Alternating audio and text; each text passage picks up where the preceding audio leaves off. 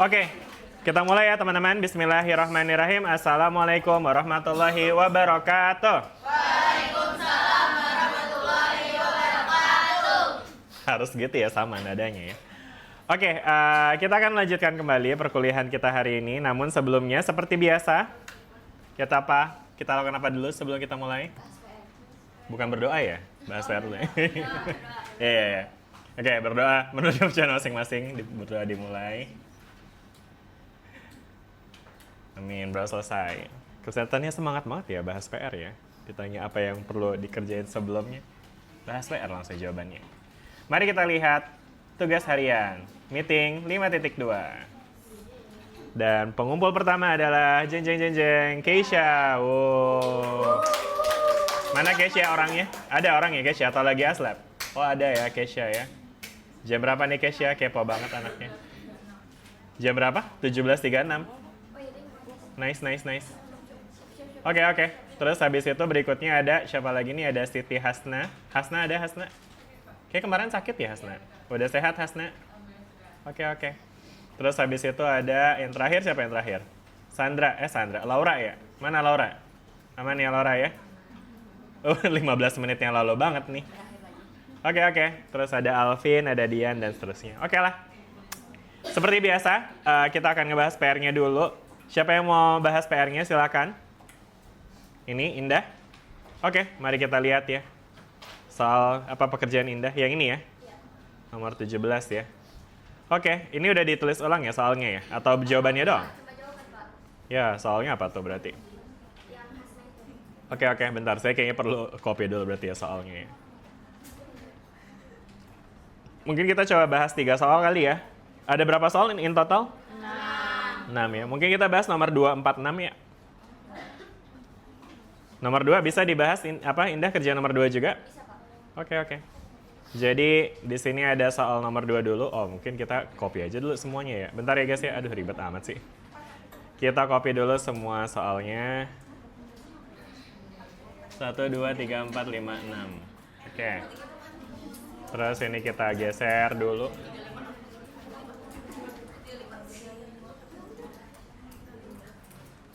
Oke, ini kita punya soal seperti ini. Dan kita akan mulai dari soal nomor. Bentar, ini masih berantakan guys. Maaf ya, bentar ya guys ya. Santai aja. Aduh, panik.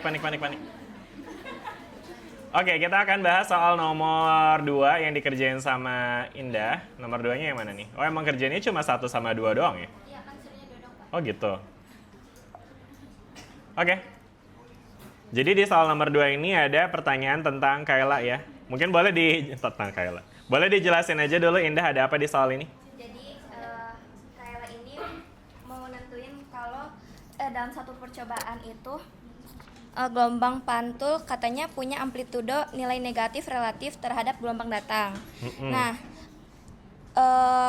kata Kayla itu disuruh jelasin makna fisik dari tanda negatif tersebut. Katanya apa yang terjadi pada bentuk gelombang pantul. Nah, disuruh dikaitin jawaban saya dengan kondisi batas yang terjadi pada sistem tersebut. Oke. Kayak gitu.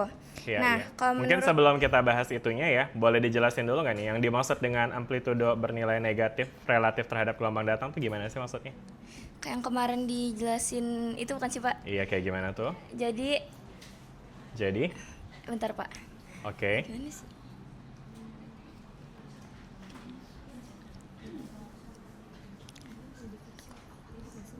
Oh, Gelombang pantulnya amplitudonya negatif relatif terhadap gelombang pantul, datang. Berarti datang. maksudnya gimana tuh? Jadi itu tuh kayak Misal di sini ada gelombang datang nih kayak gini ya kan? uh, Gelombang datang nih simbolnya YI gitu ya. iya. Datang tuh ke sebelah kanan ya kan? Uh, Habis itu dia bakal mantul ya. iya, Mantulnya kenapa tuh? Karena ketemu sama si bidang batas ya atau titik batas ya. Mm-mm. Nah terus habis itu dibilang katanya amplitudonya negatif. gimana tuh amplitudo pantulnya? Negatif. Artinya apa sih amplitudo pantul negatif? Jadi mengecil ya? Apa macul? Hah? Mengecil. Mengecil. Makin kecil gitu. Negatif artinya emang mengecil. Pas ke kiri, kan arahnya ke kiri. Arahnya ke kiri. Tapi amplitudo itu berarti kaitannya sama simpangan dong harusnya. Oh iya, Simpangannya gimana? bentar, Pak. Gimana simpangannya? Hmm. Hah? Berlawanan sama titik batasnya, Pak. Berlawanan sama titik batas? Maksudnya gimana tuh? Jadi kalau ini ke kanan, dia jadi ke kiri gitu? Jadi negatif. Bentar, mungkin ini kita Bener gambarin nggak sih, lagi. Pak? Bentar ya, ini tadi adalah si kondisi before-nya ya, sebelum dia Ya. ketemu sama titik bidang pantulnya. Terus pas dia ketemu sama ininya, Nah, dia Dia kayak jadi kesini. negatif, terus berlawanan gitu, Pak. apanya yang berlawanan? Arahnya. Arahnya, arah geraknya. Nah, Terus gitu. kalau arah gerak itu emang direpresentasikan oleh amplitudo. Kayaknya enggak ya, amplitudo kan merepresentasikan simpangan nih. Jadi Maksudnya? amplitudo negatif nih maksudnya apa nih? Arah simpangannya, Pak. Nah, arah simpangannya maksudnya gimana arah simpangan? Iya, aduh takut salah. Amplitudonya bernilai negatif relatif terhadap gelombang berdatang ya. Jadi kalau misalnya gelombang datangnya amplitudenya positif, gelombang pantulnya amplitudonya negatif. Nah, apa tuh maksudnya amplitudo positif, amplitudo negatif? Karena si gelombangnya dibalik inverse gitu, Pak. Kebalik ya. Jadi amplitudo negatif itu artinya dia terbalik, teman-teman, mengalami pembalikan Fase. fase. Itu dia Indah ya yang ditunggu ya. Jadi ketika dia awalnya datang dengan kepala tegak gitu ya kan. Nah, ternyata dia dipantulkan dengan kepala terbalik gitu Nah, ya. itu Pak maksud saya gitu. Maksud tadi ngomongnya arah rambat bukan masalah amplitudonya ya. Dia jadi mengalami pembalikan fase. Kata kuncinya di sini pembalikan fase tuh ya kan. Nah, terus sekarang yang ditanya adalah gimana nih, apa yang menyebabkan ini terjadi? Apa kaitannya dengan kondisi bidang batasnya? Oke, gimana nih jawabannya? Oke, kalau ini menurut saya Pak, Menurut koreksi Indah? aja kalau salah. Jadi kenapa kayak gitu? Nah, kalau misal amplitudenya negatif, nah di si gelombang pantul, Pak, artinya itu dia nunjukin kalau terjadi pembalikan fase kayak tadi diomongin Pembalikan Pak, fase, terhadap gelombang datangnya. Nah, artinya si puncak gelombang yang datang itu bakal berubah jadi lembah. Nah, kayak kemarin yang kita bahas di fix N. Nah, itu fenomena itu terjadi di fix N. Jadi kalau fix N itu kan yang datang lembah pas balik lagi apa namanya? Bukit ya? Kebalik ke sih, Pak? Ya, betul. Benar kan? Kalau datangnya lembah, mantulnya bukit. Kalau datangnya bukit, mantulnya lembah. Iya, di mana si titik batasnya itu nggak bergerak, kan fix N ya, jadi kekunci gitu.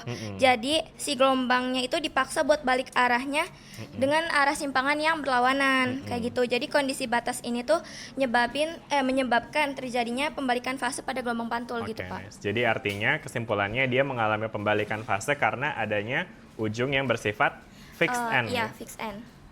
Kita kemarin udah bahas impedansi juga ya. Udah, Kalau secara impedansi, fixed N itu artinya impedansinya gimana ya? bentar, Pak.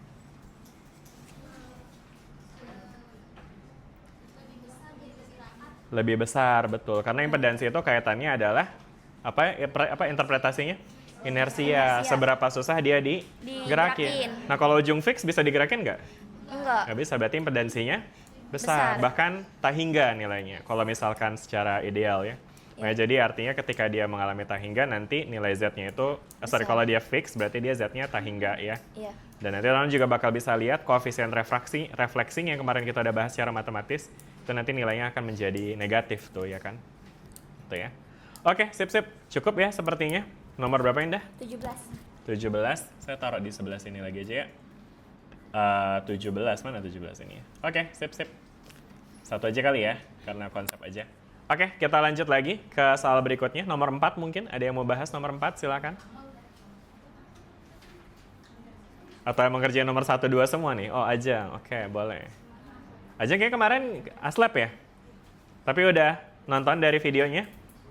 Materinya udah ngerti? Insya Allah. Oke, udah dipegang mic-nya, Ajeng? Dikirim dulu. Oke, bentar. Ajeng pekerjaannya dulu ya, kita buka ya. Ajeng pekerjaannya di yang nomor berapa? Ininya? Absennya? 81. Ajeng Pratika. Wah, ini injury time sekali. Oh, enggak ada yang ini 12.47 AM ya. Ngapain, Jeng? Jam 1 malam, Jeng? Ya ngerjain. Ngerjain ya? Pakai ditanya lagi. Basa-basi aja bapak-bapak ini. Oh, ini udah ditulis juga ya, apa namanya soalnya ya? Tulis ulang ya. Wah, ini aja nggak tahu ya kalau kita nggak mesti ditulis tangan ya? Sebenarnya Oh, udah nonton, tapi udah kayak kalau nggak nulis sayanya nggak. Oh, kayaknya rasanya kurang gitu ya. Oke, nice, nggak apa-apa. Oke, boleh Ajeng dijelasin dulu ada soal apa di sini? Oke, jadi di soal nomor 4 tuh kayak Andri mengamati bahwa ketika gelombang itu berpindah ke medium kedua, amplitude gelombang yang diteruskan itu lebih kecil dibandingkan amplitudo gelombang datang. Terus ia menyimpulkan nih bahwa energi gelombang itu berkurang setelah melewati batas medium. Bentar. Tadi mana sih statementnya? Amplitudo gelombang yang diteruskan lebih kecil ya dibandingin amplitudo gelombang datang. Jadi kata kuncinya ini ya, lebih kecil ya amplitudonya ya. Ya. Kok jadi gelap bener? Terus habis itu yang disimpulkan sama Andri apa? Indri kan? Gelombang berkurang setelah melewati batas medium. Medium. Energi gelombang ya. Energi gelombangnya berkurang setelah melewati batas Medium. Benar Andri, begitu? Oh, mana Andrinya nggak ada di sini. Ada nggak sih Andri? Oh, Andri yang itu ya. Oke. Oke, terus habis itu Terus lanjut. evaluasi kesimpulan si Andri. Nah, apakah amplitude yang lebih kecil itu selalu Berarti? berarti energi yang lebih kecil? Terus jelaskan dengan mempertimbangkan hubungan antara amplitude, energi, dan impedansi mediumnya. Medium, oke. Terus Nah, kesimpulannya? kalau jawaban saya itu kesimpulannya itu nggak selalu benar karena energi itu memang berkaitan sama amplitudo nih. Karena kan itu apa namanya? Tandanya apa sih? Sebanding. ya sama amplitudo kuadrat. Oh, jadi gini ya, Yang di energi bawah, iya, itu itu sebanding ada di dengan ada. Oh, ini. Ya. Yang saya tulisin emang apa sih? Energi sebanding sama amplitudo kuadrat gitu ya, Ya. dari sini nih. Nah, Nah, terus. Terus? Jadi energi itu emang berkaitan sama amplitudo, di mana semakin besar amplitudo maka otomatis energinya juga akan lebih banyak kan, cenderung Lebih besar juga. artinya, Nah, tapi dalam perambatan antar medium itu energi itu nggak hanya ditentukan oleh amplitudo, tapi dia juga dipengaruhi sama sifat mediumnya. Nah, yang dinyatakan melalui si impedansi tadi. Nah, impedansi itu menentukan bagaimana energi gelombang itu diteruskan dari satu medium ke medium lainnya. Nah, jadi meski amplitude gelombang transmisinya lebih kecil, energi yang dibawa itu tidak seketika jauh lebih kecil karena medium kedua itu dapat mentransmisikan energi dengan cara yang berbeda. Nah, hal itu menunjukkan kalau untuk membandingkan energi gelombang itu nggak hanya dari amplitudo, tapi juga harus mempertimbangkan impedansi umumnya. Emang kalau hubungannya antara energi sama impedansi gimana tuh Ajeng? Itu bukan? Ini kan energi sama amplitudo. Oh iya, impedansi yang itu ya, Z. Tadi kan kalau berdasarkan kesebandingan ini berarti kan energi sebanding sama amplitudo kuadrat ya. Ya. Berarti makin besar atau makin kecil amplitudonya berarti makin kecil energinya berdasarkan persamaan ini. Tapi jawaban Ajeng justru sebaliknya. Ajeng bilang belum tentu karena tergantung sama impedansinya juga kan, katanya Ajeng gitu. Ya. Nah, cuma saya nanya lagi, emang hubungannya energi sama impedansi gimana? Persamaannya apa? Ada nggak tuh? Yang bisa kita kaitkan antara impedansi dengan energi. Lalu Pak, sebentar Pak. Impedansi mana sih Pak? Yang ini ya? Z sama.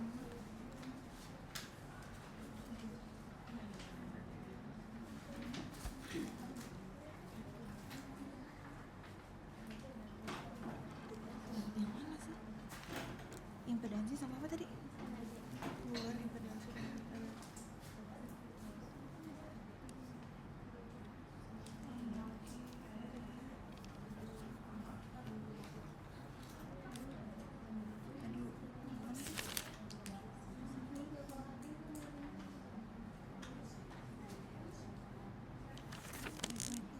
Kayaknya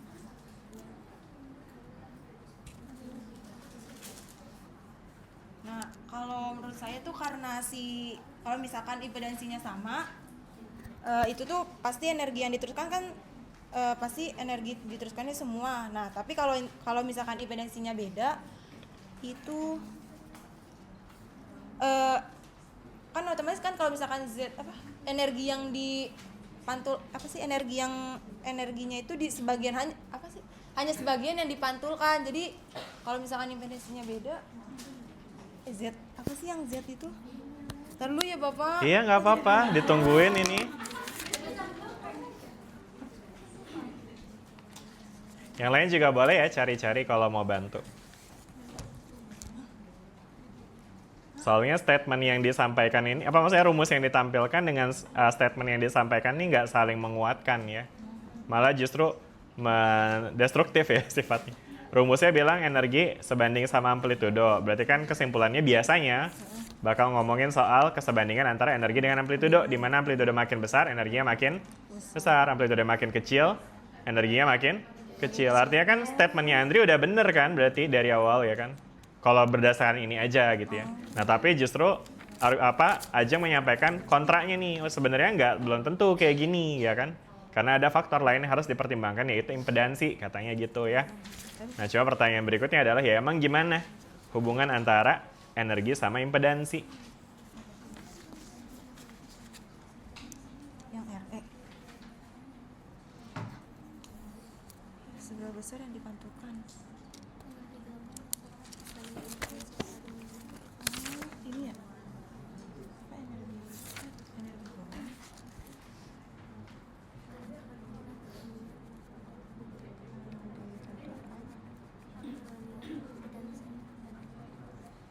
Yang ini ya? Ini rasio. Ini kan sebesar yang dipantulkan oleh koefisien refleksi ini kan, yang B1/A1.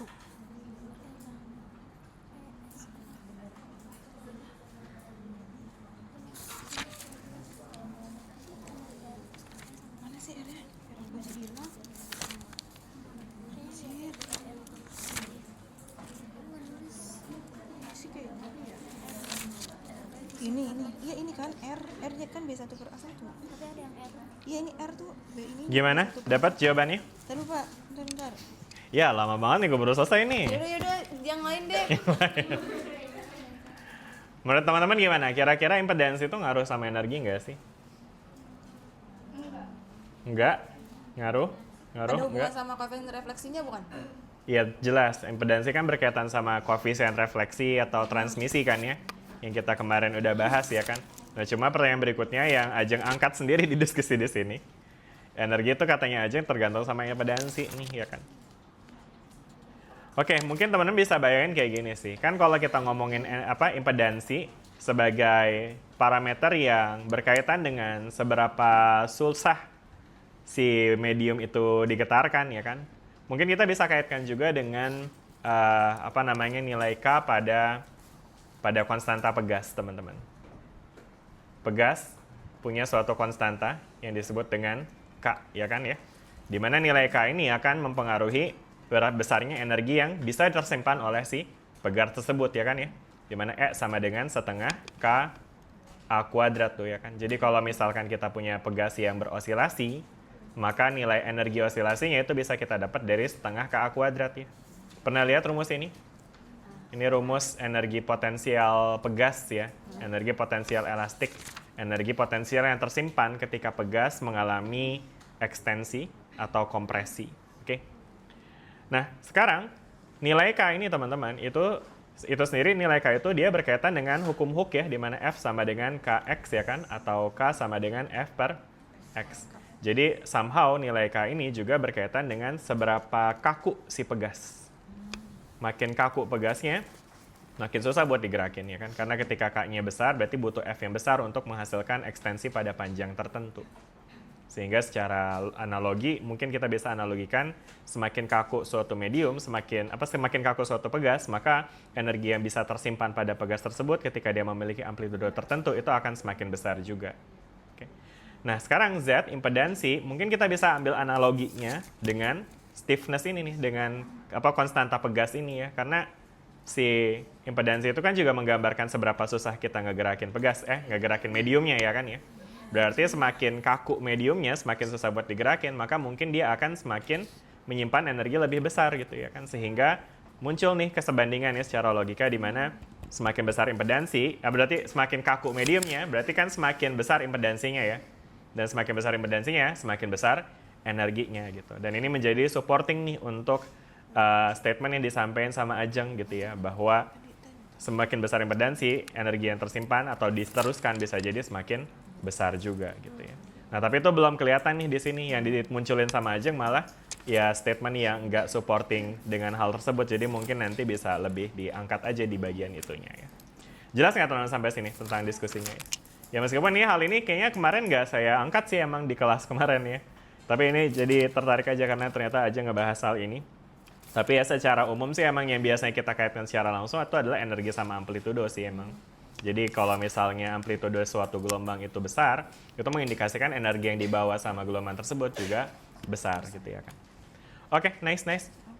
Kita kasih poin untuk Ajeng. Nomor berapa Ajeng tadi? 81 ya. Oke. Mana 81 Jeng? Oh ini dia. Oke, sip. Ya tadi juga ada Indah udah di poin ya. Sepi banget nih, boleh kita kasih plus buat Ajeng dan Indah. Agak menegangkan ya baru soal nomor 4 ya. Kayak Ajeng udah keringet dingin gitu loh. Oke, selanjutnya nomor 6 yang terakhir. Kayaknya soal yang paling challenging ya di PR kita minggu lalu atau kemarin ya. Ada yang mau coba bahasin? Mau coba? Oke, boleh. Sebentar. Emang susah nggak sih soalnya? Apa gampang ya? Kayaknya nggak sesusah itu ya. Apa susah? Susah apa enggak? Wah lumayan nih ada panjangnya. Ya dan ntar saya kasih 3 deh ya kalau misal bisa jawab semuanya. Iya nggak apa-apa. Ini kayak emang maaf kalau salah tuh template ya kayaknya ya. Semua orang bilang kayak gitu, maaf kalau salah. Siapa namanya? Aulia. Nomor berapa? 69. Aulia Salsabila. Oh, Aulia ada 2 ya, sama Revana ya. Tapi berarti Aulia Salsabila dipanggilnya siapa? Aul. Kalau Aulia Revana? Reva. Yang mana sih Aulia Revana? Oke. Sip. Di sini kita punya soal nomor 6. Di sini udah ditulisin ulang juga ya soalnya, jadi mungkin saya akan taruh di sini. Alright. Silakan, Aul.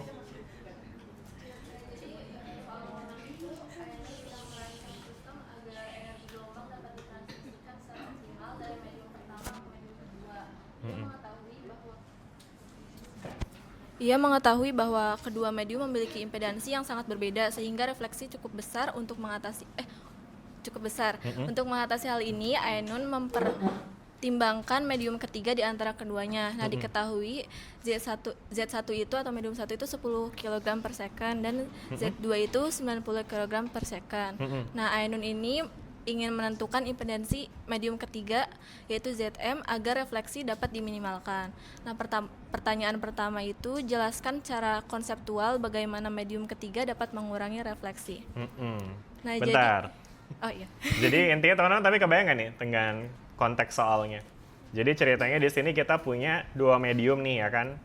Nah, kalau ada 2 medium dengan impedansi yang berbeda, tentu akan ada perbedaan antara berapa banyak yang direfleksikan dan berapa banyak yang ditransmisikan kan ya. Jadi misalnya di sini ada Z1, ini ada Z2, dengan perbedaan impedansi seperti ini, kita bisa bayangin mungkin si tali 2 itu lebih tebal ya, karena Z-nya lebih besar ya kan. Maka tentu nanti teman-teman bakal bisa bayangin ya, ketika ada gelombang datang dari Z1, maka most likely pas dia nyampe di Z2, apa yang terjadi? Dia bakal Mantul. ada yang mantul, ada juga yang nerus ya kan ya. Iya. Jadi dan yang nerus itu mungkin cenderung akan lebih kecil ya kalau kita lihat dari ilustrasi kemarin ya kan. Sedangkan di sisi lain ada juga yang mantul ya, karena emang sebagian yang nggak ikut nerus itu dia sebenarnya karena dia jadi yang mantul ya kan. Nah sekarang yang di setup di soal ini adalah apa setupnya? Apa ya, pertanyaan utamanya? Aul? Jelaskan secara konseptual Bagaimana medium ketiga dapat mengurangi refleksi. Jadi intinya kita pengen ngurangin efek refleksi ini nih supaya yang ditransmisi lebih banyak. Nah caranya tadi katanya Ainun kan sebenarnya yang ide nih ya kan. Kayak tambahin kali ya medium ketiga gitu. Jadi dia mau nambahin medium ketiga nih di antara medium pertama dan medium kedua tuh ya. Gimana sih merancang sistem agar energi dapat ditransmisikan secara optimal dari medium pertama ke medium kedua dengan cara mempertimbangkan menambahkan medium ketiga nih ya kan di antara medium keduanya. Jadi mau ditambahin nih medium di sini ya kan. Oke. Yang kemudian impedansinya kita sebut dengan Zm ya kan. Itu ya, jelas nggak nih teman pertanyaannya? Saya cuma mau nge-build up lagi aja tentang apa yang jadi permasalahan di soal ini ya. Oke. Lanjut, pertanyaan pertama ini adalah jelasin secara konseptual gimana medium ketiga bisa ngurangin refleksi. Silakan, Aul. Nah, jadi kan refleksi itu terjadi karena beda impedansi besar. Itu kan Z1 10 kg per second, kalau misalkan Z2 kan 90, itu bedanya sangat jauh ya Pak. Jadi perubahannya itu sangat besar sehingga sebagian energi dari gelombang itu dipantulkan. Emang kalau misalnya bedanya jauh, jadi sebagian besar dipantulkan. Dari mana tuh? Tahu Karena ini? anjlok gitu loh Pak. Anjlok. Iya gitu. Secara matematis ada nggak persamaannya yang menggambarkan bahwa kalau Z1 jauh lebih kecil dari Z2 maka bakal anjlok? Aul masuk kemarin kelas? Dispen Bapak Aslab. Oh gitu. Tapi- Terus udah nonton tapi? Udah. Ada tuh kita bahas di kelas kemarin yang namanya koefisien Reaksi amplitude. refleksi, betul. Jadi sebenarnya bisa kita lihat dari nilai R kawan-kawan. Kawan-kawan kata. Gimana rumus R-nya? Z1, Z1 min Z2 Dikurang Z2 karena Z1 Z2. gitu ya. Nah, jadi ini interpretasinya apa? Interpretasinya adalah nilai R itu sebanding sama Z1 minus Z2. Dua. Apa sih artinya Z1 minus Z2? Ya, Amplitudo no. Z itu apa? Impedansi. Jadi Z1 minus Z2 itu artinya apa? impedansi medium. Dalam satu kata, ini disebut selisih antara impedansi. Makanya tadi Aul bilang, kalau dia anjlok, itu refleksinya bakal jadi lebih besar. Kenapa? Karena secara matematis, kalau dia anjlok, artinya Z1 minus Z2-nya gede. Ya kan? Sehingga R-nya bakal jadi gede juga. Sehingga bakal banyakan yang direfleksi ketimbang yang ditransmisi gitu ya. Jelas nggak nih teman-teman? Sama yang ditulisin sama Aul nih ya. Jadi alasannya itu tuh teman-teman ya. Ketika mana ada tadi? Perubahannya ya, atau perbedaannya itu sangat besar, maka sebagian energinya akan dipantulkan. Karena koefisien refleksinya jadi gede. Lanjut, Aul. Nah, agar refleksi diperkecil, maka ditambahkan medium ketiga di tengah antara Z1 ke Z2. Jadi Z1 tuh ke arah Zm dulu, baru Zm ke arah Z2. Sehingga sehingga impedansinya tidak mendadak tapi bertahap gitu, Pak. Bertahap ya, jadi dibikin supaya selisih antara Z1 sama Zm nggak jomplang gitu ya. Begitu juga Zm ke Z2-nya nggak jomplang gitu ya. Hopefully bisa ngurangin ya refleksinya itu ya jadinya. Oke, nice. Lanjut, Terus, yang nomor 2. Yang soal 2 itu tentukan nilai impedansi Zm yang optimal. Nah, jadi di situ saya nggak nurunin ininya, nggak nulis turunannya. Jadi Zm sama dengan akar Z1 kali Z2 itu sebenarnya dari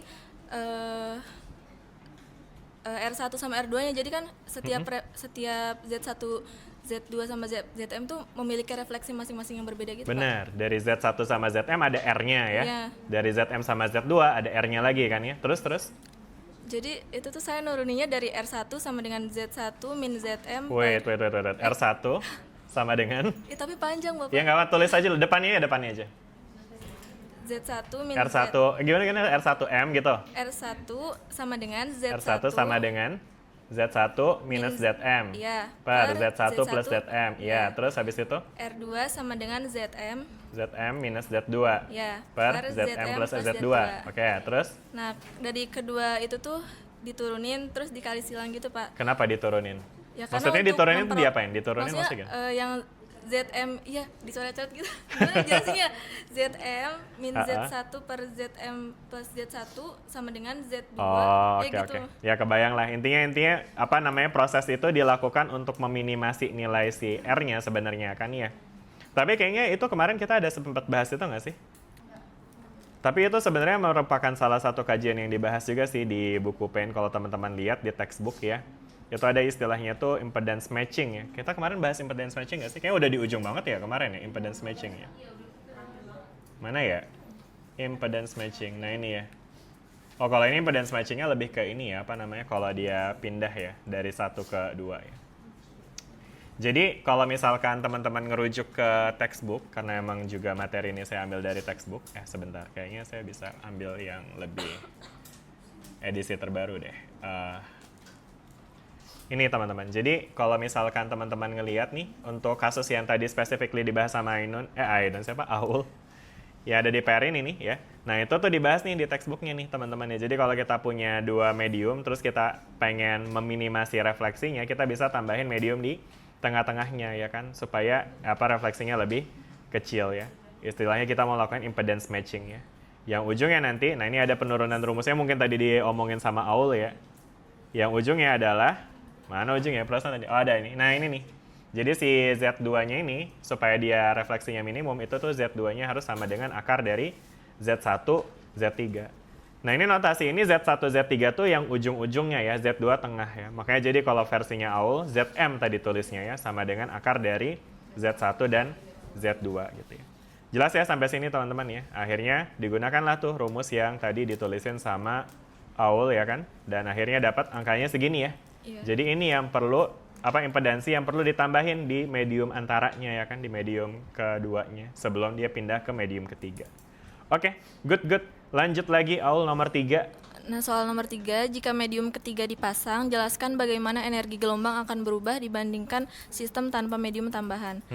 Jadi, untuk nomor 3, tanpa medium ketiga, gelombang langsung melewati batas dari 10 langsung ke 90 gitu, Pak. Di awal ya, sebelum ditapasang di antaranya ya. Karena beda impedasi besar, maka refleksinya juga besar. Refleksinya besar. Terus energi dipantulkan yang lebih besar dan energi transmisi ke medium lebih kecil. Betul. Dengan medium ketiga, gelombang melewati 10, 30 tadi yang dihasilkan dari Zm, lalu ke 90. Terus perubahan impedasinya itu lebih bertahap sehingga refleksi menjadi lebih Refleksinya kecil. jadi lebih kecil ya. Energi pantul berkurang dan energi transmisi bertambah. Nice. Oke, good. Paham ya ini ya dengan yang ditulis ya? Yang lain juga paham ya dengan konteks ini ya? Bisa jadi ini ada di UTS nih. Tapi ya, kalau nggak salah ini ada di USAL tes tahun lalu, kalau nggak salah model kayak gini deh.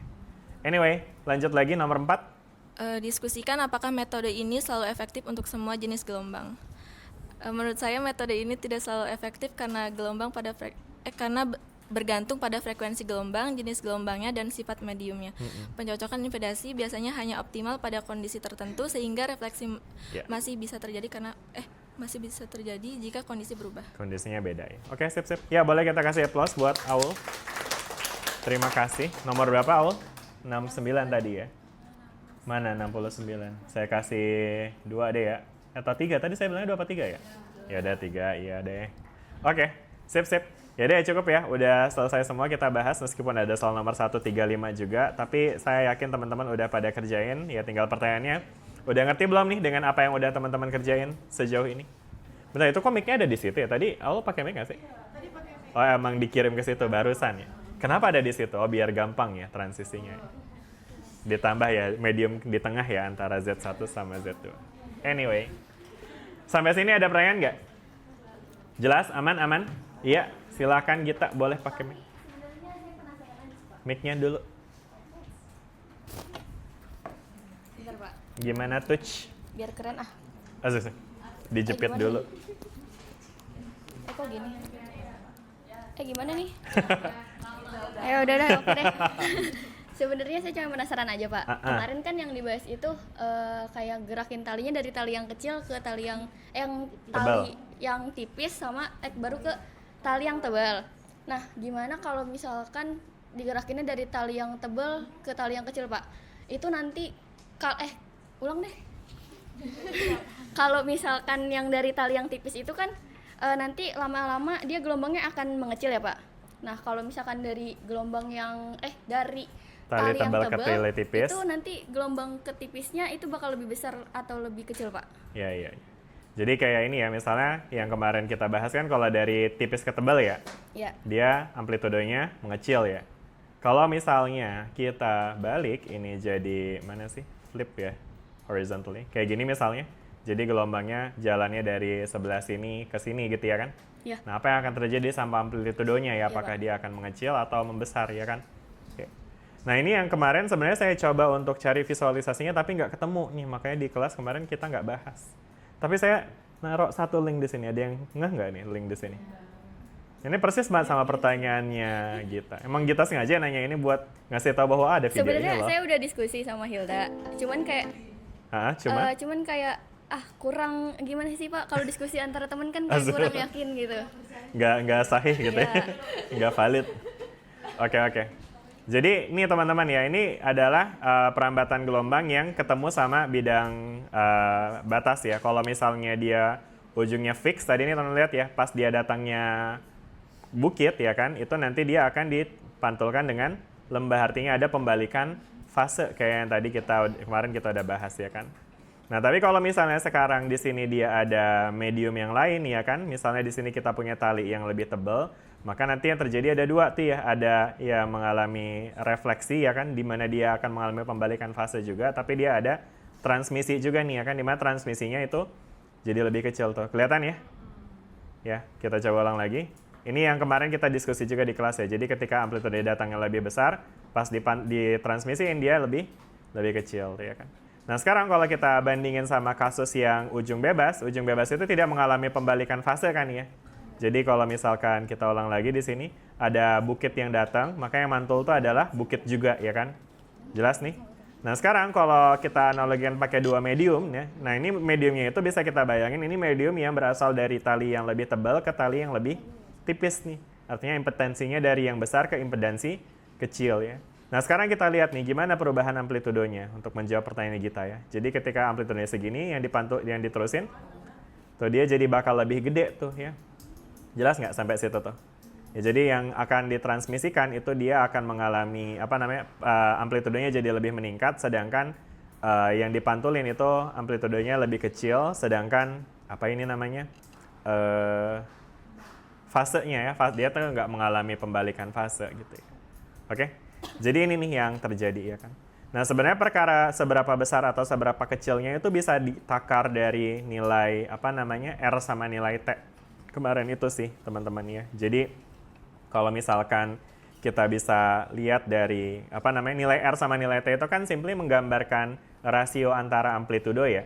Jadi kalau misalkan kita recall lagi apa yang kita udah bahas kemarin, kita punya R yang secara formal itu dia didefinisikan sebagai rasio antara amplitudo yang direfleksikan dengan amplitudo yang datang. Amplitudo yang direfleksikan itu kan kita define sebagai B ya di medium 1 per A1 ya kan. Nah ini berarti kan adalah Z1 minus Z2 per Z1 plus Z2. Nah ini yang kita pakai kalau kita mau mengamati gimana refleksi. Nah tapi pertanyaannya Gita tadi itu lebih nanya soal yang transmisinya ya. Yang diterusin itu bakal lebih gede apa lebih kecil sih ya kan. Nah itu berarti kita bisa pakai nilai T nih teman-teman. Di mana T itu adalah rasio antara amplitudo yang ditransmisikan. Jadi A2 per A1 tuh teman-teman ya. Ada ya rumusnya kemarin juga ya? Ada kan ya? Ada nggak sih? Ada. Yang ada pakai berapa rumusnya? 2Z1 Z2 ya? Saya lupa lagi rumusnya berapa. Berapa sih rumus? 4 itu kalau ini energi ya. Yang ini nih, T itu yang ini nih. Ini koefisien transmisi namanya ya. Jadi 2Z1 per Z1 plus Z2 tuh. Kita tulis ulang 2Z1 per Z1 plus Z2. Nah, jadi nilai rasio ini tuh akan menggambarkan seberapa besar yang ditransmisikan nih teman-teman ya. Karena A2 itu kan menggambarkan yang ditransmisiin ya. Jadi semakin besar nilai ini, semakin besar juga yang ditransmisiin, yang ngelewatin ya. Nah, sekarang teman bisa lihat nih, faktor yang sebanding sama T ini apa? Yang atasnya ini apa? Z1 kan ya. Jadi artinya semakin besar Z1, maka yang ditransmisiin bakal makin besar gitu ya. Jadi makin besar Z1, makin besar juga si A2-nya. Makanya dia akan lebih besar amplitudenya ketika dia berjalan dari yang impedansinya besar, atau kita bisa bayangin kayak tali tebal ke tali tipis. Karena ketika dia jalan dari tebal ke tipis, itu Z1-nya itu besar tuh. Lebih besar daripada Z2-nya kan ya. Makanya nanti dia akan akan lebih besar yang diteruskan gitu ya ketimbang yang dipantulkan gitu. Jelas sampai sini? Ya. Meanwhile kalau Z2-nya yang lebih besar, maka yang makin membesar tuh pembaginya nih, ya. Jadi kalau yang lebih besar tuh pembaginya itu nanti akan bikin A2-nya jadi makin kecil tuh. Kebayang ya? Jadi kalau dari tipis ke tebal, Z2-nya yang gede. Kalau Z2-nya gede berarti hasil baginya ini kecil kan ya?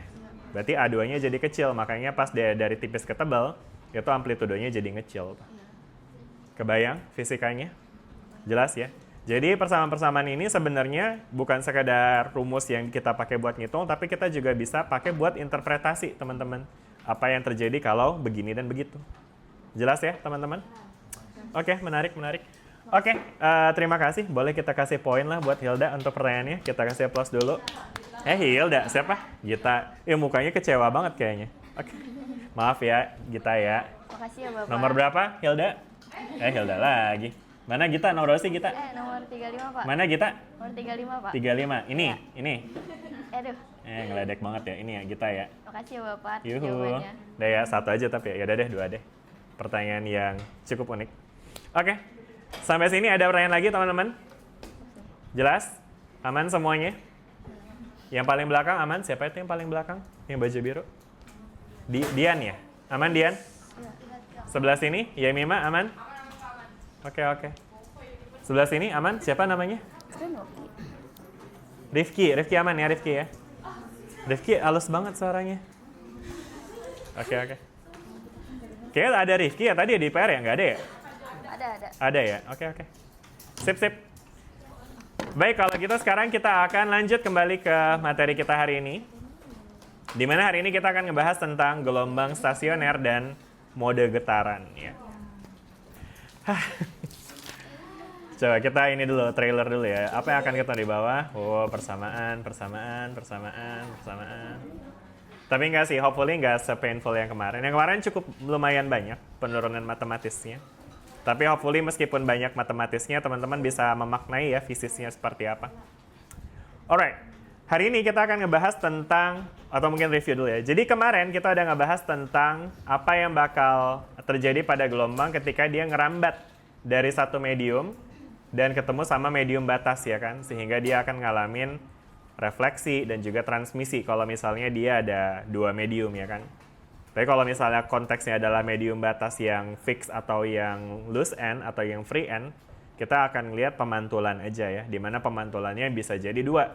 Ada yang bisa mantul dengan pembalikan fase, ada juga yang mantul tanpa pembalikan fase ya kan. Jadi artinya kondisi pantulan dari suatu gelombang itu akan tergantung pada bagaimana kondisi batasnya. Apakah dia terikat atau dia bebas ya kan. Nah, pertemuan hari ini teman-teman kita akan fokus ngebahas tentang fenomena gelombang stasioner, teman-teman. Di mana gelombang stasioner itu adalah fenomena yang muncul gara-gara gelombang datang dan gelombang pantul juga. Jadi sebenarnya ini nanti ada kaitannya dengan apa yang kita bahas kemarin. Nah, tapi sebelum kita lebih lanjut ngebahas tentang gelombang stasioner, ini sebenarnya udah pernah dibahas di SMA, harusnya ya. Seingat saya ini masuk ke dalam kurikulum SMA juga. Teman-teman ingat nggak gelombang stasioner itu apa sih?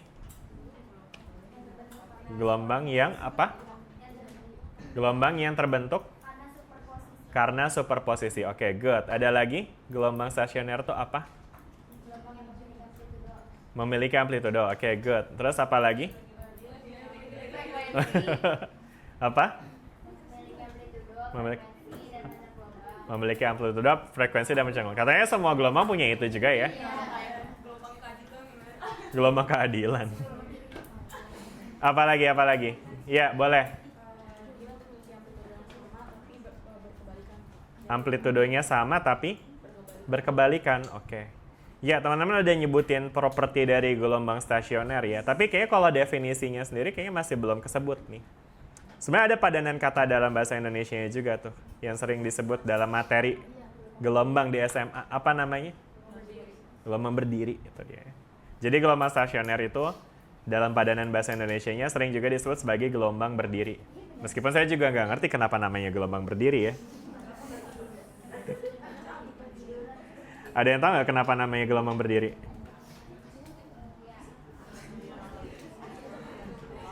Gelombang berdiri saya juga baru nggak deh. Gelombang berdiri ini juga sebenarnya datang dari padanan kata bahasa Inggris yang sering disebut sebagai standing wave, teman-teman.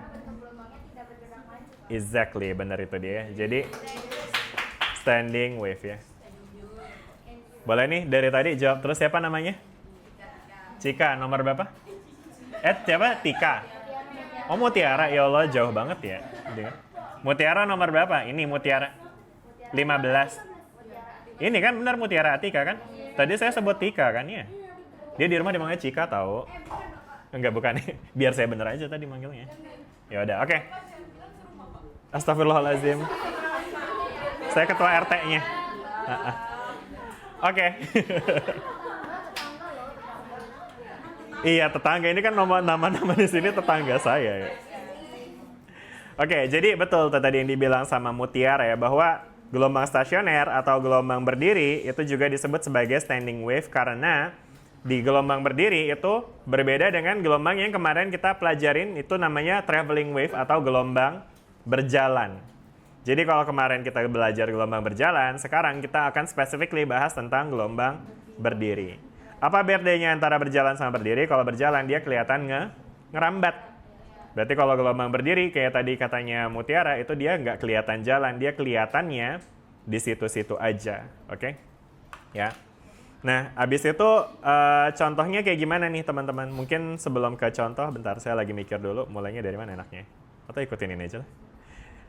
Nanti di sini kita akan ngebahas tentang gimana sih pembentukan gelombang stasioner sebagai hasil dari superposisi gelombang. Nah, tadi ada kata kunci juga disebutin tuh ya, superposisi ya. Yang nyebutin itu tadi kayaknya Mutiara juga ya? Iya. Apa sih artinya superposisi, Mutiara? Nah, apa-apa? Di sini ada gabungan. Gabungan dari antara dua gelombang, betul. Jadi superposisi itu artinya adalah gabungan dari gelombang ya. Iya, iya dong. Udah dijawab tadi. Gabungan gelombang ya. Jadi superposisi itu adalah hasil dari penggabungan dua gelombang ya. Dalam konteks gelombang datang dan gelombang pantul, mungkin teman-teman bisa bayangin kayak gini. Ketika kita punya gelombang yang datang ya kan, maka nanti gelombang itu akan dipantulkan kan ya. Kalau di sini ada titik batasnya ya kan. Bisa dia bebas, bisa juga dia terikat ya kan. Nah, jadi ketika di sini ada gelombang yang datang, ada YI di sini, maka nanti akan ada gelombang pantul ya kan yang kita bisa sebut dengan YR ya kan. Nah, di sini teman-teman bisa bayangin kalau gelombangnya terjadi secara konsisten, artinya YI-nya itu terjadi secara terus-menerus, gelombangnya bergerak dari kiri ke kanan, maka pantulan pun juga akan muncul terus-menerus kan ya. Jadi ada gelombang datang yang terus-menerus datang dari kiri, dan ada gelombang pantul yang merupakan hasil dari gelombang yang udah nyampe duluan tadi ya. Jadi ibaratnya di sini ada gelombang satu ya kan. Terus di sini ada gelombang datang lagi ya kan. Nah, ketika gelombang yang sebelah sini udah nyampe sini, terus dia mantul, nah dia bakal jadi biru kan tuh. Nah, terus dia bakal ketemu sama si yang ini nih ya kan. Nah, ketika dia bertemu, apa yang akan terjadi? Nah, terjadilah si superposisi ini teman-teman ya. Jadi superposisi itu merupakan gabungan dari superposisi dalam hal ini adalah superposisi antara gelombang datang dengan gelombang pantul gitu ya kan. Dan superposisi ini sendiri terjadi dalam ya secara sederhana dia itu bisa kita nyatakan dengan simply penjumlahan aja gitu ya. Jadi nanti gelombang yang terbentuk in total itu adalah gelombang datang ditambah gelombang pantul.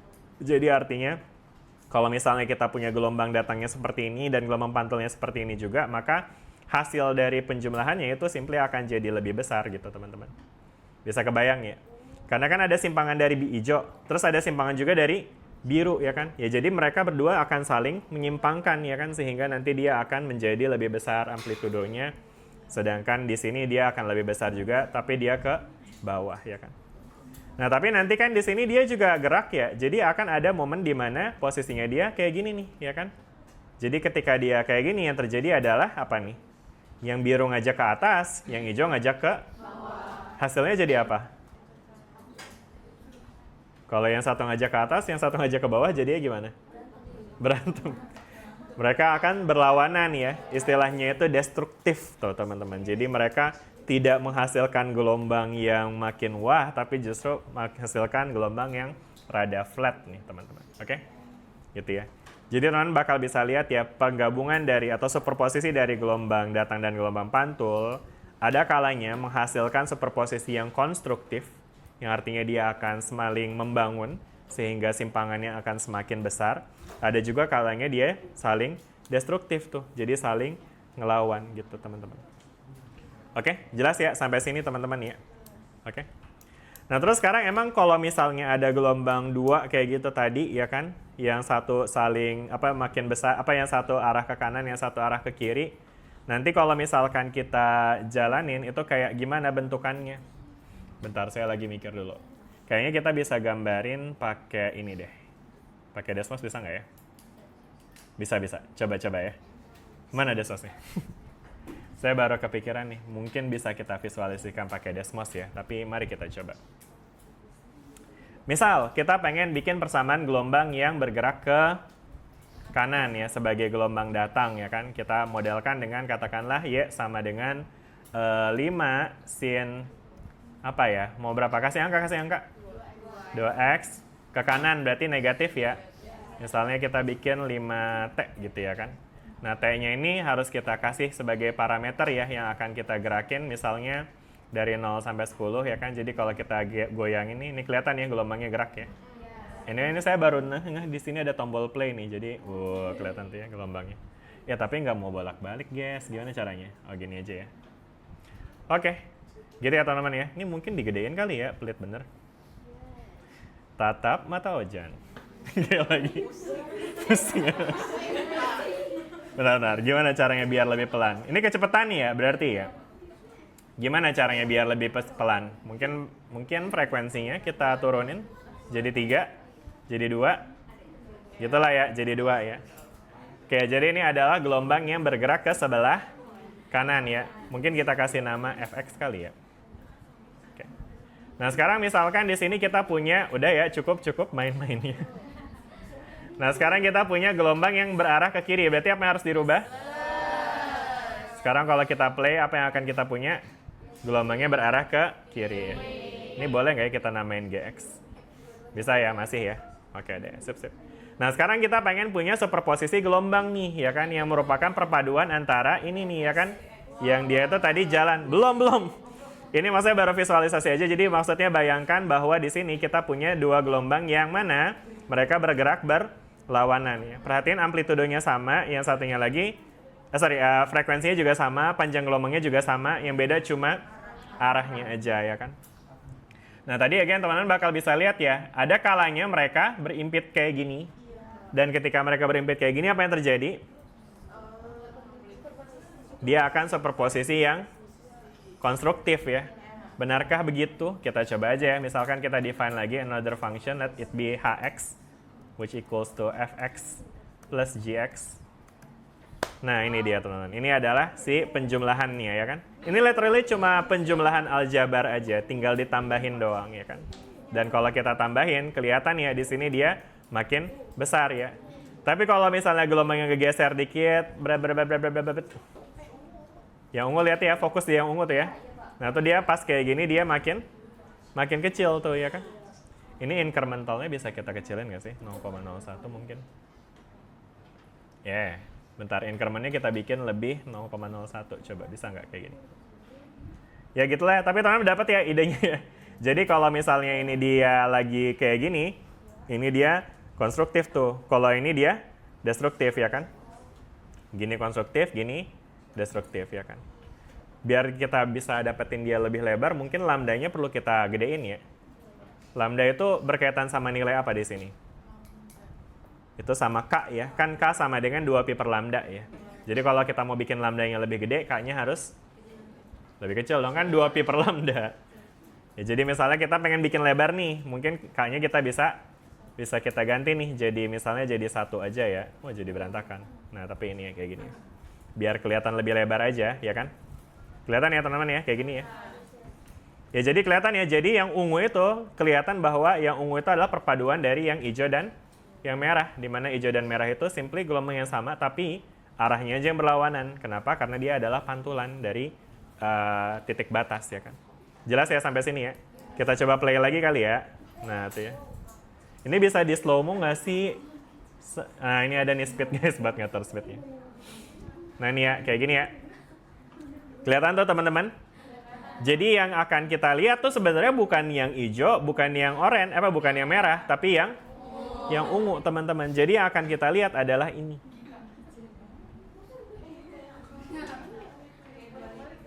Nah itu dia kenapa disebut gelombang berdiri. Karena dia nggak jalan katanya Mutiara tadi tuh. Benar tuh. Jadi Mutiara udah tahu bahwa ini bakal begini Pak Fatan gitu ya. Ternyata benar ya. Luar biasa Mutiara ini. Visioner. Jelas nggak teman-teman sampai sini? Jadi dia akan terhasilkan pola seperti ini nih, ya kan? Jelas sampai sini? Ya kan ya? Jadi sebenarnya kelihatan ya di sini, maksudnya ini again ini tuh actual gelombang yang teman-teman bisa temui juga pada tali teman-teman ya. Jadi kalau misalnya kita punya tali terus kita punya gelombang datar dan gelombang pantul, maka dia akan bersuperposisi sehingga dia akan bergetar seperti ini. Tapi mungkin teman-teman nggak bakal bisa langsung lihat kayak gini karena biasanya getarannya nggak se-slow-mo ini teman-teman ya. Kalau kita coba percepat, maka nanti yang akan kita lihat adalah beneran yang akan kelihatan tuh kayak gini teman-teman ya.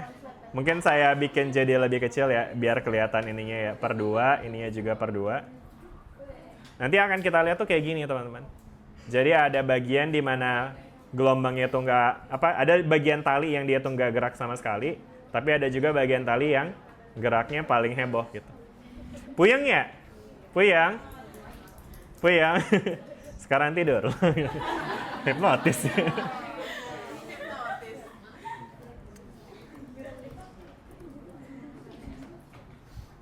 Standing wave. Mana sih? Tadi kayak saya mau nulis.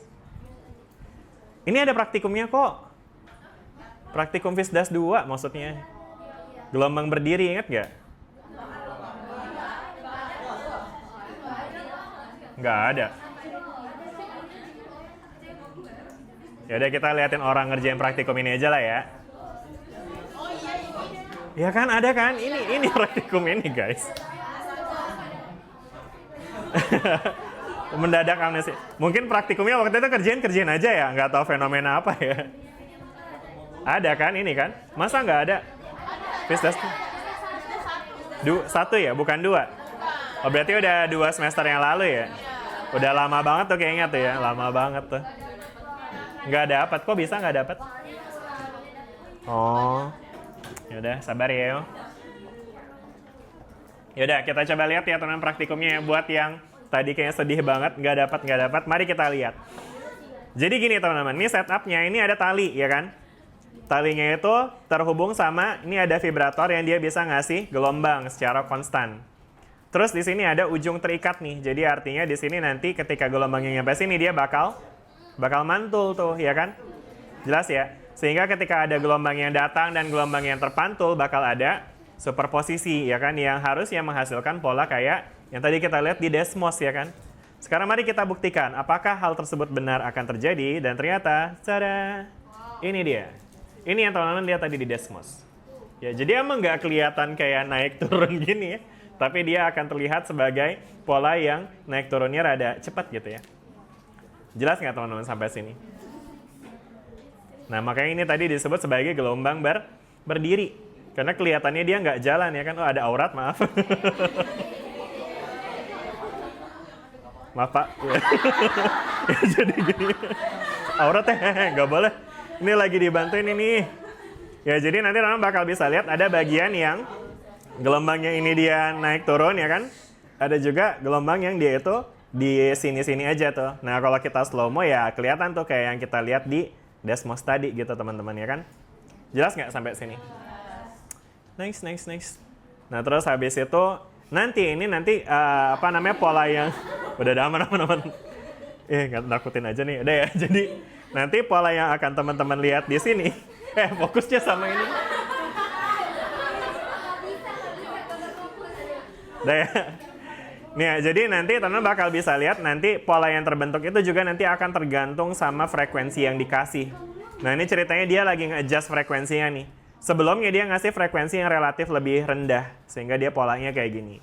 Nah ketika dia frekuensinya digedein ya, jadi ini vibratornya dinaikin ya sehingga frekuensinya digedein. Nah ini direndahin ya.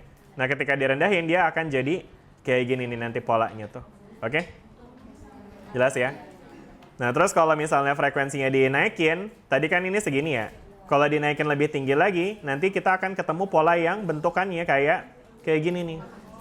Kalau dinaikin lagi kayak gimana? Kalau dinaikin lagi juga bisa. Coba Mas tolong naikin lagi. Oh iya ya. Yes, thank you. Ya. Gak boleh gitu. Ntar dia lihat video YouTube kita. Maaf ya Mas, izin. Ya kenapa nggak di meja ya? Bener juga ya. Ya ntar kita tanya ya. Komen kali ya, Mas kenapa nggak di meja? Ya komen saya, maaf guys.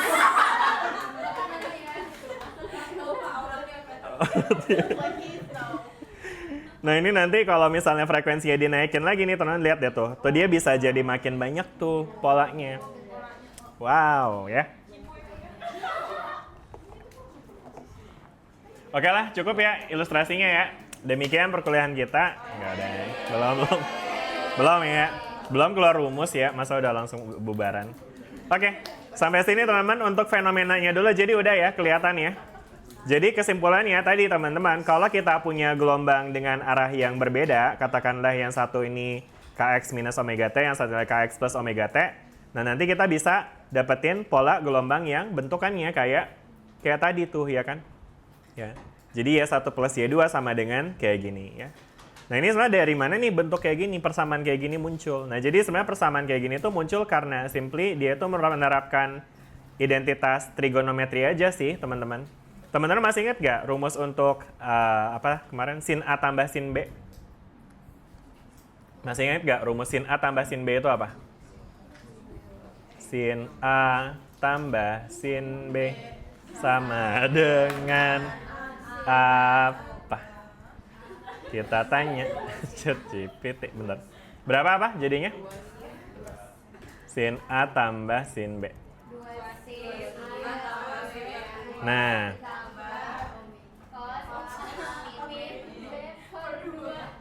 Wow, ya nggak muncul persamaannya. Ya payah nih. Payah. Iya. Ya udah, dari tadi aja teman-teman udah nyebutin ya. Sabar. 2 sin A plus B per 2 di cos A minus B per 2. Alright. Nah sekarang berarti kalau kita punya Y1 tambah Y2 ya kan ya, yang merupakan apa tadi tuh A sin Kx minus Wt ditambah A sin Kx minus omega T. Nah ini jadinya apa kalau kita pakai rumus ini? Ada A-nya ya di luarnya ya. 2A sin Kx min omega T ditambah Kx minus omega T per 2 cos Kx min omega T minus Kx plus omega T jadinya per bener ya emang gitu ya? Sorry, ini kok ada ini minus dua-duanya? Gimana sih? Ini satu lagi plus ya? Maaf. Sorry. Berarti ini gimana? Ini berarti minus ya harusnya ya? Gitu? Ada lagi nggak yang salah nih? Oh, ininya ya? Gimana sih? Kx min omega T tambah Kx plus omega T gitu ya? Terus kalau yang ini Kx minus omega T plus Kx plus omega T gitu? Kan Kx min omega T. Oh, rumusnya min. Ya, maaf. Izin. Oke, jadinya apa nih sekarang? Ini 2A sin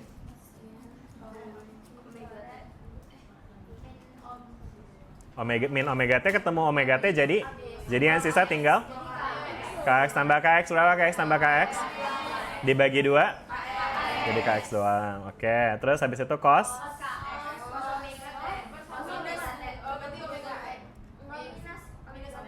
minus omega T dong, kan ini kan minus omega T jadinya minus 2 omega T per 2 kan ya, jadinya minus omega T ya kan. Nah tapi untuk cos itu gimana tuh sifat cos? Cos negatif itu akan sama dengan cos positif teman-teman ya. Karena kalau teman-teman coba buktiin aja cos minus 30 gitu misalnya, atau cos minus 60, itu nanti hasilnya pasti sama dengan cos 60 ya. Karena cos minus 30 itu, cos minus 60 kalau kita hitung, kayak di kelas ini juga kemarin ya kita bahas ini ya. Terus setengah juga ya kan. Jadi cos minus theta itu sama dengan cos theta ya. Sehingga akhirnya kita punya bentuk ini 2A sin Ks cos omega T. Dah jelas nggak sampai sini teman-teman? Nah ini adalah persamaan gelombang stasioner nih ya kan. Persamaan simpangan dari gelombang stasioner ya kan. Yang mana persamaan ini sebenarnya teman-teman bisa lihat ini tuh kalau misalkan kita pandang dia sebagai gelombang sebagai fungsi getaran, maka ini adalah amplitudonya nih teman-teman. Ini amplitudo stasioner istilahnya ya. Bisa dibayangin ya teman-teman. Jadi ini A stasioner cos omega T gitu ya kan.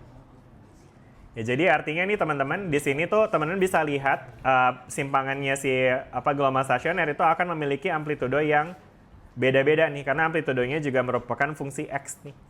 Jadi untuk setiap X tertentu, amplitudonya itu nanti bakalan beda. Oke? Bisa dibayangin nggak teman-teman?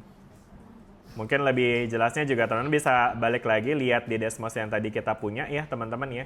Ini kan kalau misalkan kita play tadi kita bakal ketemu sama case di mana. Ini gimana cara kita capture ini? Bisa di capture nggak ya? Set. Bentar ini di off dulu, ntar baterainya habis. Oke, nggak ada hubungannya sama baterai. Anyway, ya kok dia capture-nya begini ya? Dia nggak bisa menangkap pergerakannya itu tadi ya? Oh, atau enggak kita pakai ini aja, minjem gambar ini aja. Pinjam ya Pak.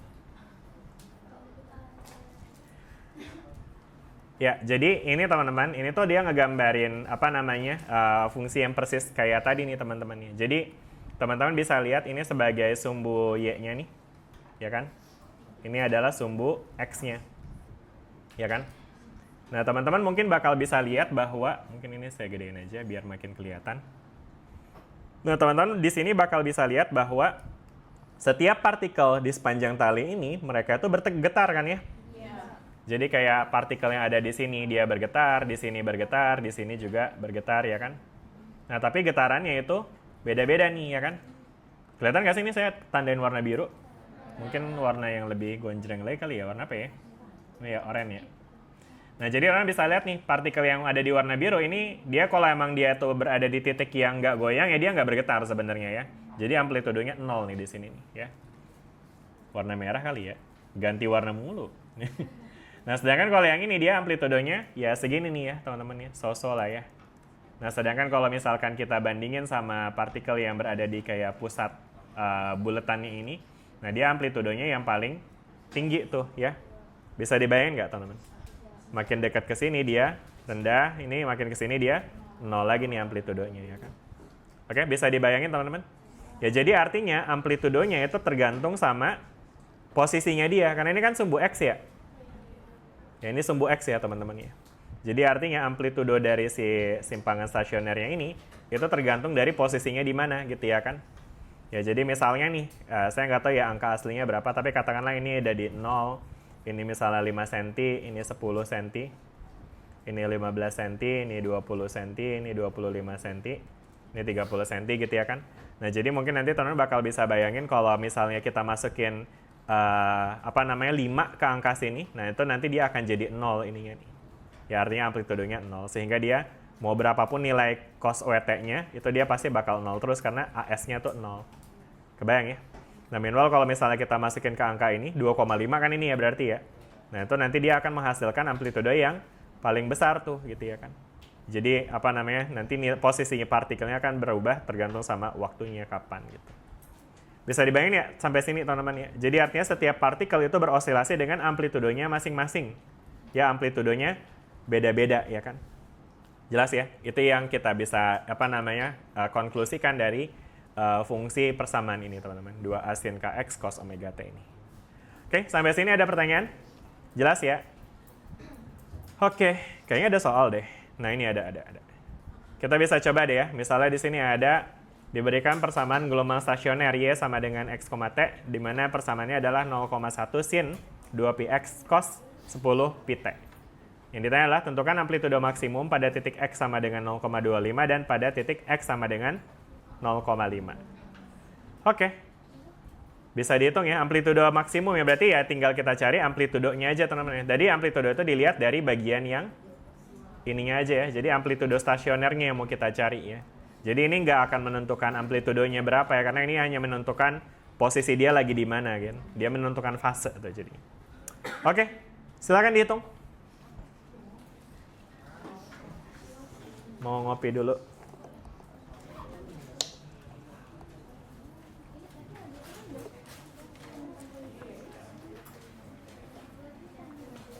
Yang selesai paling dulu dapat poin.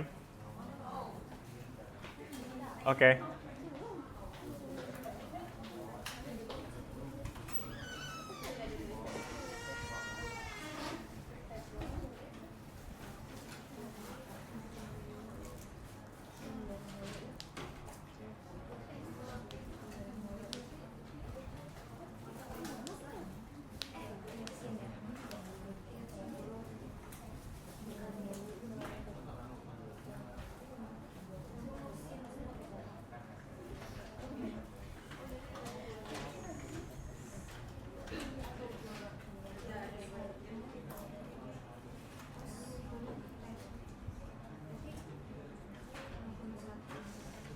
Yang udah selesai angkat tangan.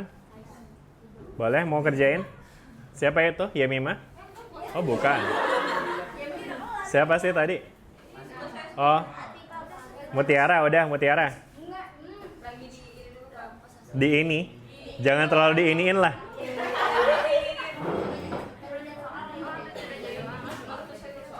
Ya udah, mau Cynthia mau kerjain?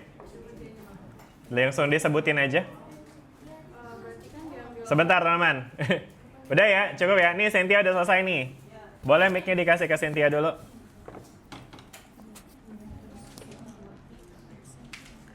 Iya kan dijelasin tadi kalau misalnya amplitudo berarti dilihat dari 0,1 dikalisin kx tadi ya. Dari si ininya ya, iya. ini yang menggambarkan si amplitudo stasionernya. Oke, Betul, jadi jadi tinggal ngitung karena ditanyanya kalau misalnya x di 0,2 sama x di 0,5 dibandingin hasilnya, kenapa nilainya berbeda gitu.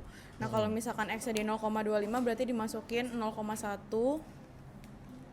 kali sin 2 kali 3,14 2 pi nggak apa kali 0,25 sehingga hasil ini sering banget ya, nggak usah diubah jadi 3,14 ya, Oh, pi iya. itu ya.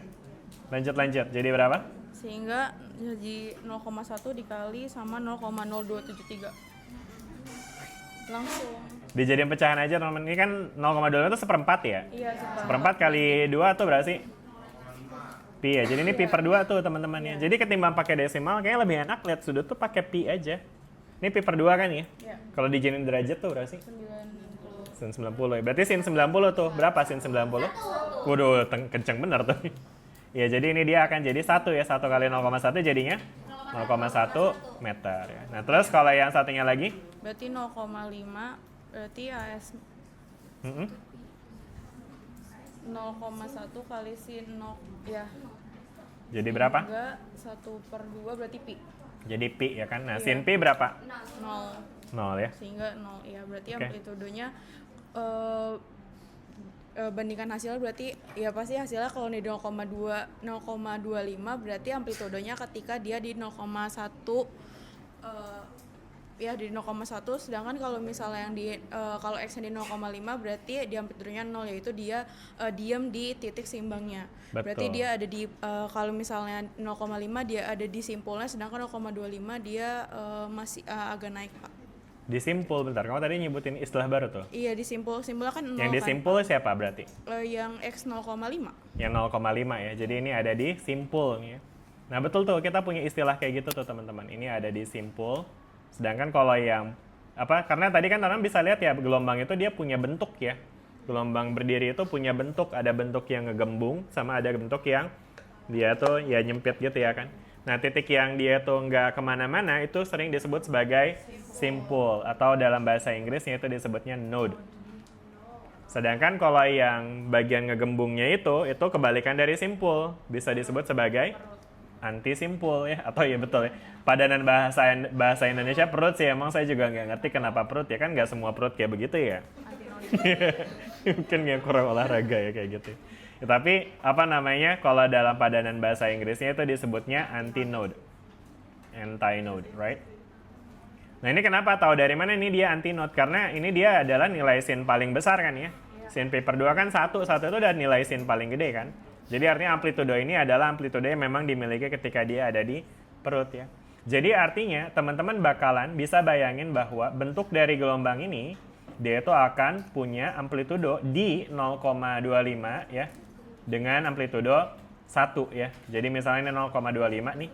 Nah ini 1 nih. Sedangkan di 0,5 dia 0 ya kan.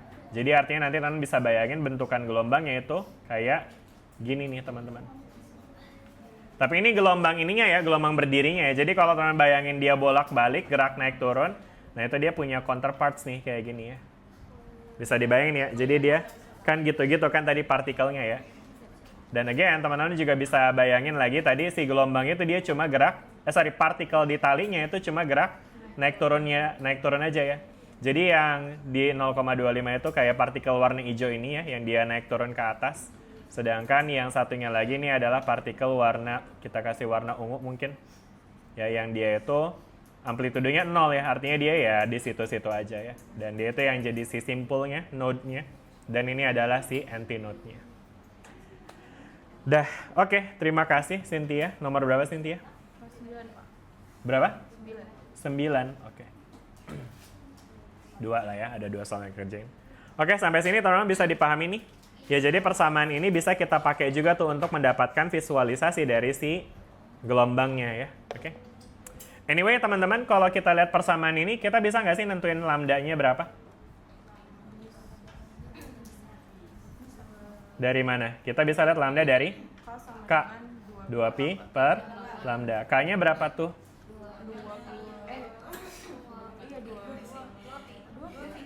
Lambdanya 2pi ya. Berarti lambdanya, K-nya 2pi ya. Berarti lambdanya berapa? 1 meter ya. Nah, sekarang kalau misalkan kita compare dengan bentukan gelombang yang kita punya, teman-teman bakal bisa lihat, ini kan tadi 0,25 ya, ini 5. Berarti ini 0,75 dan ini adalah si 1 meter ya. Jadi artinya teman-teman bakal bisa lihat, panjang gelombang juga akan menentukan bentuk dari si perut simpulnya. Oke? Dimana satu panjang gelombang itu akan terlihat sebagai pola yang melingkupi 2 perut, 2 antinot, 2 gembungan gitu, 2 buletan ya. Bisa dipahamin sampai sini? Ya. Jadi kalau misalkan kita punya di sini nih, ini berarti di sini ada berapa lambda nih yang tercakup di sini? 1, 2, 3. Ada 3 lambda ya. Jelas ya? Misal, panjang talinya 6 meter. Berarti berapa lambdanya?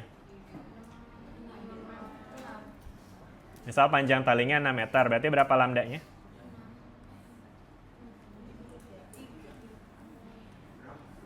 Berapa? Nih misalnya panjang talinya 6 meter. Berarti berapa panjang gelombangnya?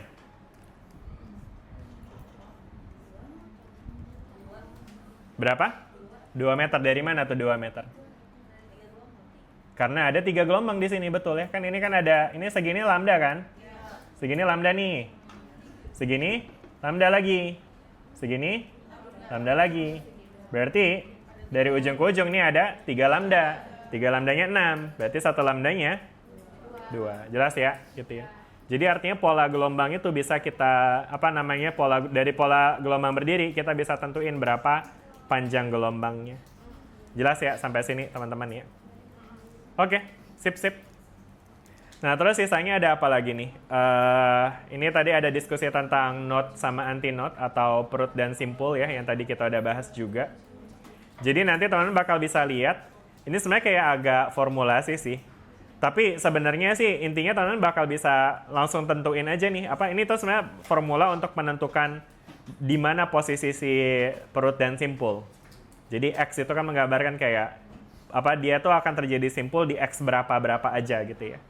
Nah, tapi sebenarnya intuitively kalau teman-teman udah bisa dapetin gambaran dari bentuk gelombangnya seperti apa, kita bisa tentuin tuh simpulnya itu berada di jarak mana aja, oke?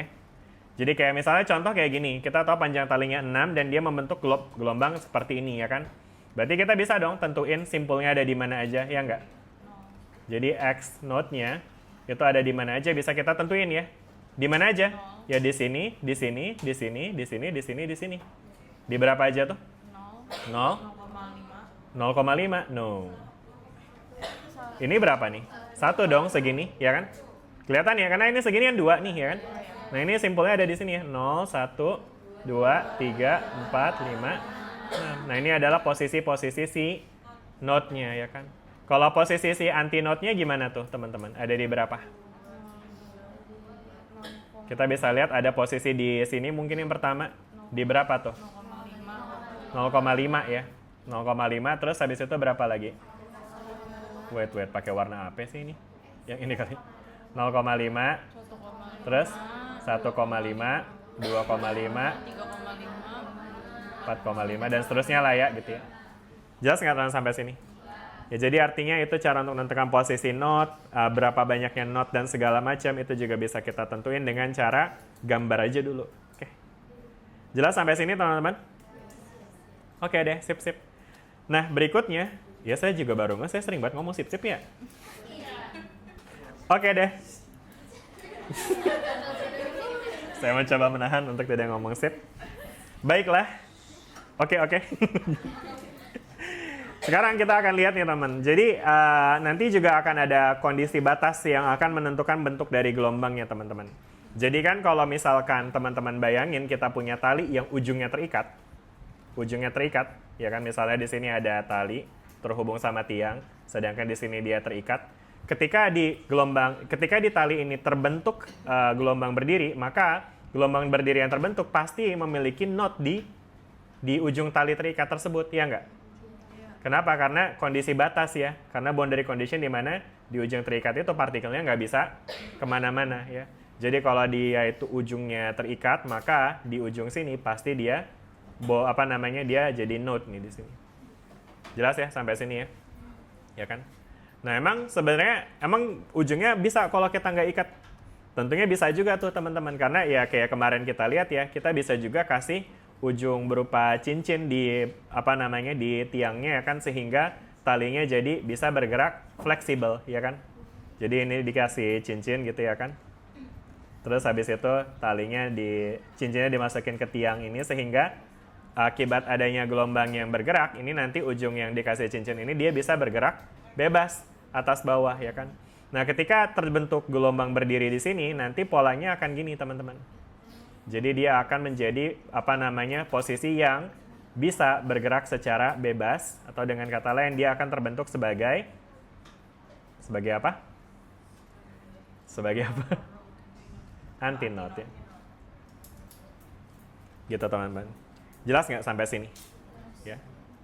Nah, ini kalau di soal SMA tuh ada tuh istilah tali tertutup, pipa organa tertutup, pipa organa terbuka. Pernah belajar itu nggak? Itu sebenarnya ini tuh teman-teman ini.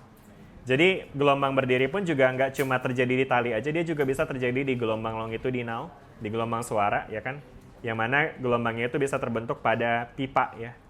Dan di dalam pipa itu yang bergetar itu bukan tali tentunya, tapi partikel udara di dalamnya, yang mana kalau pipanya terbuka berarti itu kayak ujung bebas ya, ibaratnya di sini kayak gini, sehingga ketika ada gelombang berdirinya itu nanti dia partikelnya akan bergerak bebas. Oke ya, gitu teman-teman ya.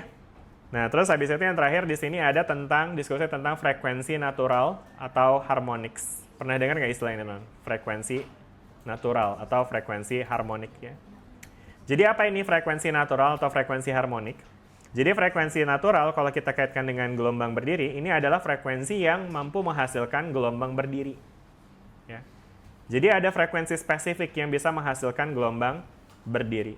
Jadi gelombang berdiri itu nggak bisa dihasilkan pada frekuensi sembarangan ya. Jadi kayak misalnya kita balik lagi ke eksperimen ini teman-teman. Ini kan awal dia nyalain vibrator nih. Itu tuh kita bakal bisa lihat bahwa ketika dia baru nyalain dan dia baru ngatur frekuensi, itu tuh gelombang berdiri belum terbentuk di sini, ya kan? Ini bukan karena nunggu waktu, tapi karena emang frekuensinya nggak match aja. Dia nggak match, nggak bisa menghasilkan gelombang berdiri gitu ya kan?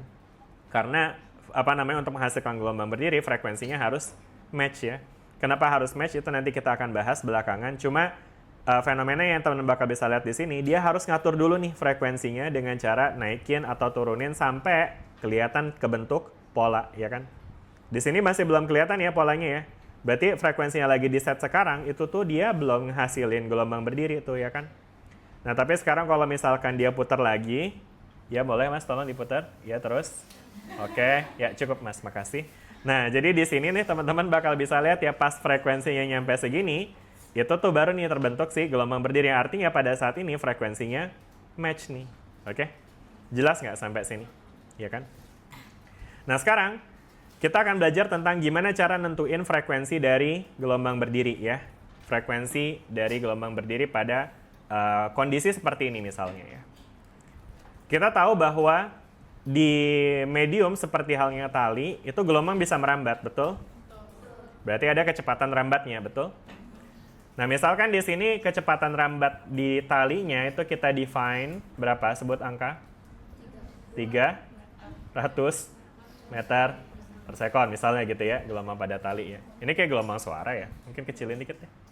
Misalnya segini deh, 30 meter per sekon gitu ya kan. Oke. Nah, terus habis itu panjang talinya misalnya kita define 6 meter tadi ya. Oke. Nah, berarti kan kita bisa nih nentuin frekuensi sekarang berapa. Kebayang nggak gimana caranya nentuin frekuensinya? Gimana cara nyari frekuensi?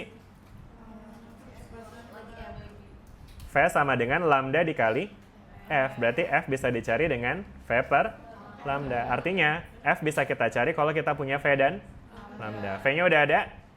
Lambdanya udah ada? Udah ada apa belum? Baru panjang. Berarti lambdanya berapa? 1, 3, 2, 1, 2, 3. Berapa lambdanya? 3, 2, 6.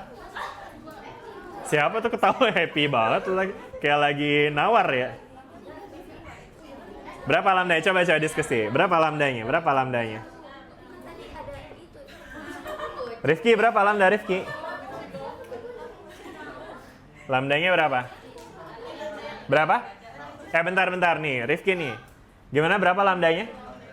Lambdanya 6. Kenapa lambdanya 6? Benar. Jadi dari sini Rifki bisa ngeliat ya bahwa ini melingkupi pola satu gelombang ya. Jadi artinya lambdanya ya segini, ya kan? Sama dengan panjang si talinya. Ya, jadi dari situ kita bisa konklusikan bahwa lambdanya betul tuh kayak yang tadi Rifki bilang. Berapa lambdanya tadi? 6 ya kan. Berarti sekarang dengan lambda 6 kita bisa dong cari frekuensinya ya enggak? Berapa frekuensinya? 30 bagi 6 sama dengan 5 Hz nih, kayak gitu ya. Jelas nggak sampai sini teman-teman? Ya. Nah, ini adalah frekuensi yang menghasilkan gelombang berdiri, ya kan? Kalau frekuensinya lebih kecil lagi, kira-kira bisa nggak ya menghasilkan gelombang berdiri? Iya. Bisa nggak frekuensinya lebih kecil lagi menghasilkan gelombang berdiri? Bisa. Bisa. Bisa. Bisa ya. Kalau teman tadi ingat ya, kita tadi minta masnya untuk kecilin frekuensi kan ya? Bentar, ini disensor dulu bagian ininya. Nih, lihat nih teman-teman. Kalau misalnya ini kita kecilin, ternyata gelombang berdiri juga bisa terbentuk dengan pola kayak gini teman-teman ya. Kebayang ya? Jadi ada pola di mana ketika gelombangnya seperti ini, nah ini dia terbentuk oleh frekuensi tertentu juga ya kan ya. Kalau sekarang kita coba hitung nih teman-teman frekuensinya. Berapa frekuensinya? Tentu nominalnya sama ya. Kecepatan gelombang pada tali kan tergantung pada talinya ya. Jadi kalau talinya masih itu aja, kecepatannya ya segitu-segitu aja. Sekarang pertanyaannya adalah berapa panjang gelombangnya? Berapa lambdanya di sini?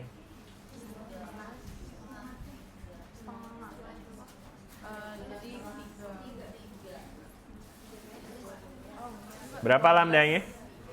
3. Kenapa 3? Karena semua setengah gelombang. Jadi lambdanya cuma 3. Segini berarti lambdanya. Segini lambda. 12. Kenapa 12? Nah, itu dia teman-teman. Jadi teman-teman bisa lihat ini tuh setengah, betul setengah, tapi setengah lambda. Ini kan belum satu gelombang kan?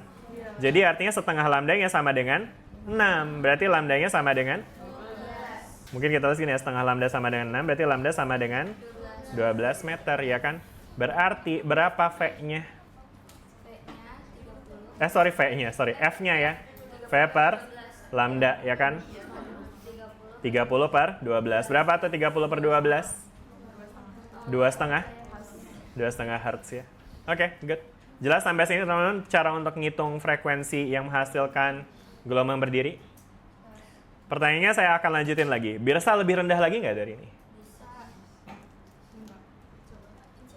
Bisa? Tadi kata kuncinya frekuensi yang kita lagi ngomongin di sini sebagai frekuensi harmoni adalah frekuensi yang menghasilkan gelombang berdiri, ya kan? Nah, sedangkan kalau teman-teman lihat secara persamaan, frekuensi itu berbanding terbalik sama lambda, sehingga kalau kita mau cari frekuensinya lebih rendah, berarti lambdanya harus lebih panjang ya. Nah, sekarang bisa nggak sih kita bikin lambda yang lebih panjang dari ini, sedangkan talinya tuh cuma segitu-segitu aja? Nggak bisa ya. This is the only way guys untuk menghasilkan yang paling rendah frekuensinya. Karena kondisi batas juga ya. Dia itu ujungnya itu harus terikat, ujung satunya lagi juga harus terikat, maka ini adalah gelombang berdiri yang paling sederhana yang bisa kita bikin pada sistem ini. Berarti panjang gelombangnya paling panjang nih di sini. Sedangkan frekuensinya paling rendah. Dan frekuensi paling rendah ini teman-teman yang kemudian kita definisikan sebagai frekuensi fundamental atau frekuensi dasar. Ini disebut dengan fundamental frekuensi. Atau frekuensi dasar. Frekuensi dasar dari gelombang berdiri pada sistem tali terikat di kedua ujungnya. Oke? Jelas sampai sini? Nah, sedangkan frekuensi ini nggak bisa diturunin lagi, tapi dinaikin bisa ya? Karena kalau kita naikin sampai nilai tertentu, dia bakal bisa menghasilkan gelombang berdiri lagi dengan mode yang lebih tinggi nih. Nah, ini jadi sekarang kita berkenalan dengan istilah namanya mode gelombang berdiri. Ini namanya mode dasar, atau istilahnya ya tadi harmonik pertama gitu. Nah, ini adalah harmonik keduanya. Karena ini adalah mode yang sedikit lebih complicated dari yang mode paling dasar ini ya. Dimana di sini kita punya ada dua gembungan ya kan, sehingga nanti akan mencakup lambda ya kan, dan ini dia frekuensinya jadinya 5 Hz, oke? Nah, ini kita bisa disebut sebagai frekuensi harmonik pertama ya. Pertama apa kedua ya? Pokoknya ini frekuensi harmonik lah gitu ya. Harmonik mode pertama gitu ya. Atau kalau di fisika SMA saya ingat kalau nggak salah pada nada itu nada atas deh istilahnya. Nada dasar, nada atas pertama, nada atas kedua, dan seterusnya, oke? Atau kadang juga disebut sebagai frekuensi harmonik. Jadi ini frekuensi harmonik pertama, ini harmonik kedua. Nah, nanti kita bisa level up lagi jadi harmonik ketiga, harmonik keempat, harmonik kelima, dan seterusnya. Bisa dibayangin teman-teman? Ya. Nah, jadi sekarang pada akhirnya untuk menganalisis harmonik, kita tinggal lihat bagaimana kondisi batasnya dan kita modifikasi aja bentuknya ya kan. Jadi again, kalau misalkan kita bayangin kondisi batas di mana kedua ujung talinya terikat, berarti tadi kan ya, di kondisi dasarnya, dia akan menghasilkan pola seperti ini ya. Ini saya mau pakai warna apa ya? Warna ini. Jangan masa biru tiba-tiba jadi pink ya. Gini ya. Ini adalah gelombang berdiri yang menghasilkan frekuensi dasar ya. Nah, dan di sini orang bisa lihat ya, ini ada berapa note? 2 note ya. Ada berapa anti note? 1. Nah, sedangkan kita bisa improve nih ya kan, dengan kalau kita naikin lagi frekuensinya, nanti dia bakal bentuknya lebih heboh dikit ya. Dia bakalan kayak gini ya kan. Ya kan? Berapa note? 3. Anti note-nya? 2 ya. Anti note-nya ada 2 ya kan. Nah, terus habis itu frekuensinya juga tadi kita hitung ya. Frekuensi yang ini tadi 2,5 Hz ya. Kita bisa bilang sebagai F1 deh ya, frekuensi harmonik dasar ya, atau frekuensi dasar, atau frekuensi fundamental ya. Nah, terus kalau ini berapa tadi frekuensinya? 5 Hz ya. Nah, sekarang kalau kita mau menghasilkan harmonik ketiga, kira-kira gimana ya bentuknya? 1,5 lambda. Mungkin kita bisa gambarin kayak gini ya. Buletannya bakal ada kayak 3 biji gitu. Oke? Ada berapa not di sini? 1, 2, 3, 4 notnya. Anti notnya ada 3 ya. Oke, tadi kita juga punya ya di sini ya. Kalau misalkan kita naikin frekuensinya, nanti kita akan ketemu case di mana dia menghasilkan harmonik ketiga nih, yang kayak gini nih ya. Nah, yang ini ya, oke. Berapa panjang gelombangnya? Panjang gelombangnya berapa? Tadi talinya panjangnya 6 ya. Kalau misalnya untuk case yang kayak gini, berapa nih panjang gelombangnya? Anyway, udah jam segini ya. Bentar lagi ya teman-teman ya, mungkin 5 menit lagi. Berapa panjang gelombangnya? 4 meter. Dari mana tuh 4 meter? Karena lambdanya kelihatan ya segini ya, ini lambda nih, ya kan? Sekarang kalau lambdanya kita udah tahu, berapa tadi lambdanya? 4? Lambdanya 4. Dah gimana deh. Ini ya, lambdanya sama dengan 4 meter. Berapa frekuensinya? 7,5. F sama dengan V per lambda sama dengan 30 per 4 sama dengan 7,5 Hz. Jadi di mode ketiga kita punya frekuensi yang ketiga itu adalah 7,5 Hz. Nah, teman-teman lihat polanya nggak? Apa polanya? Berarti F4 berapa? 10 Hz, betul. F5? 12,5 Hz. Jadi di sini sebenarnya bisa juga kita lihat sebagai kelipatan dari si frekuensi fundamental tuh ya. Makanya ini sering juga disebut FO nih ya. Jadi ini adalah mungkin kalau bisa disesuaikan kita pakai F1, F2, F3-nya di sini aja deh. Jadi ini nada harmonik pertama, harmonik kedua, harmonik ketiga, keempat. Sorry, ini ke berapa deh? Ini ketiga, ini keempat. Gimana sih? Bentar. Gini, maksud saya yang saya mau tunjukin di sini ini adalah kayak 2 kalinya FO gitu ya. Ini 3 kalinya FO, ini 4 kalinya FO, ini 5 kalinya FO. Makanya si FO ini disebut sebagai frekuensi fundamental karena frekuensi gelombang berdiri yang terbentuk itu akan selalu kelipatan bilangan bulat dari si frekuensi fundamentalnya. Jelas sampai situ? Nanti lambdanya juga kayak gitu, tapi nanti mungkin lebih ke pembagian dari bilangan bulat ya. Alright, ini ada rumus juga, tapi ya saya sih lebih prefer untuk teman-teman pahami dari pola aja, karena itu akan lebih painless ketimbang ngafalin rumus. Kalau ngafalin rumus lupa udah ambiar ya kan ya. Tapi kalau teman-teman lihat dari pola, insya Allah bakal bisa lebih aman sampai akhir gitu. Dan tapi teman-teman ngerti ya intuisinya ya? Aman sampai sini.